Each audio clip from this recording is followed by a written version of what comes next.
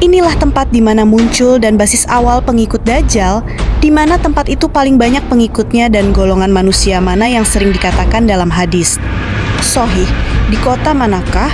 Mari kita telusuri kisah ini agar kita mengetahui. Sebagai bekal diri kita dan keluarga kita agar terhindar dari fitnah yang sangat dahsyat ini.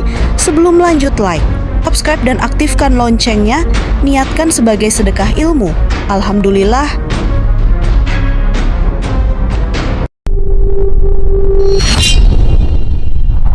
Assalamualaikum warahmatullahi wabarakatuh.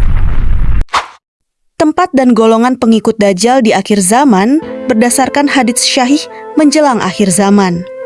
Ketika dunia berada dalam fase paling rapuh iman melemah, kebenaran bercampur dengan kebatilan, dan manusia lebih percaya pada penglihatan daripada wahyu, maka Allah mengizinkan munculnya fitnah terbesar yang pernah dialami umat manusia, Al-Masih Ad-Dajjal. Rasulullah menyebutkan bahwa tidak ada fitnah sejak nerangan Nabi Adam diciptakan hingga hari kiamat yang lebih besar daripada fitnah Dajjal. Hadis riwayat Muslim. Tempat muncul dan basis awal pengikut Dajjal dalam hadits syahih riwayat Muslim.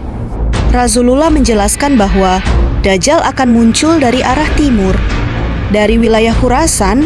Khurasan dalam konteks hadits adalah wilayah luas di timur dunia Islam klasik, yang secara geografis mencakup wilayah timur, Iran, Afghanistan, dan sebagian Asia Tengah.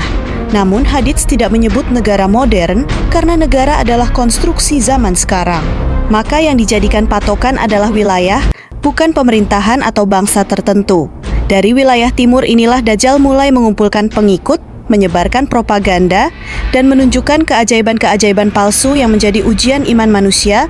Dua tempat dengan jumlah pengikut terbanyak Isfahan dalam hadits syahih riwayat Muslim. Rasulullah bersabda bahwa yang paling banyak mengikuti Dajjal adalah Yahudi Isfahan. Isfahan adalah kota tua di wilayah Persia Iran saat ini. Hadits ini menyebutkan secara spesifik tempat, bukan seluruh bangsa atau agama secara umum.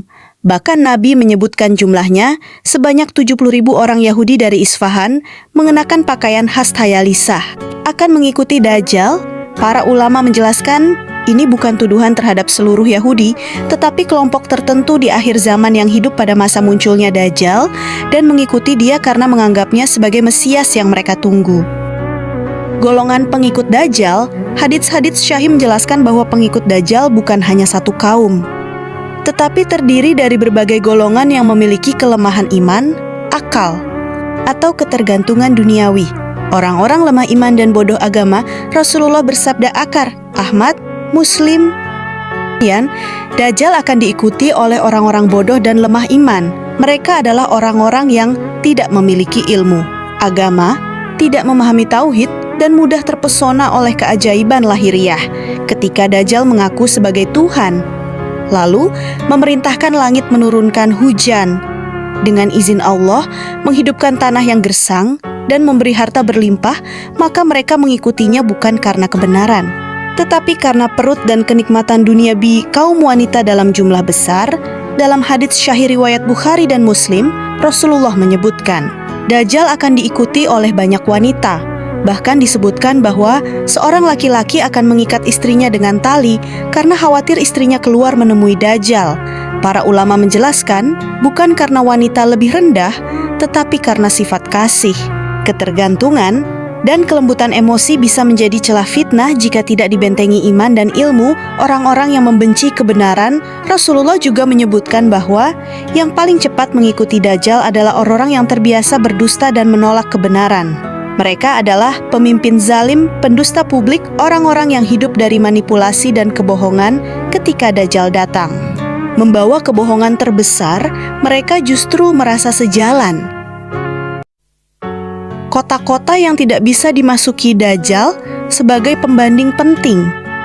Rasulullah dengan tegas menyebutkan bahwa Dajjal tidak akan mampu memasuki Makkah dan Madinah. Hadis riwayat Bukhari dan Muslim, karena keduanya dijaga oleh malaikat dan menjadi benteng terakhir iman.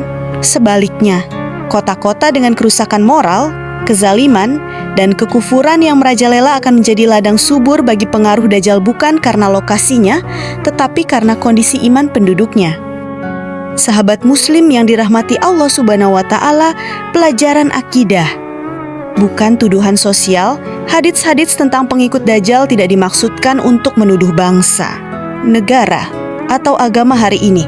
Pesan utamanya adalah siapapun yang lemah iman, mencintai dunia, membenci kebenaran, dan tidak berpegang pada wahyu, maka berpotensi menjadi pengikut Dajjal.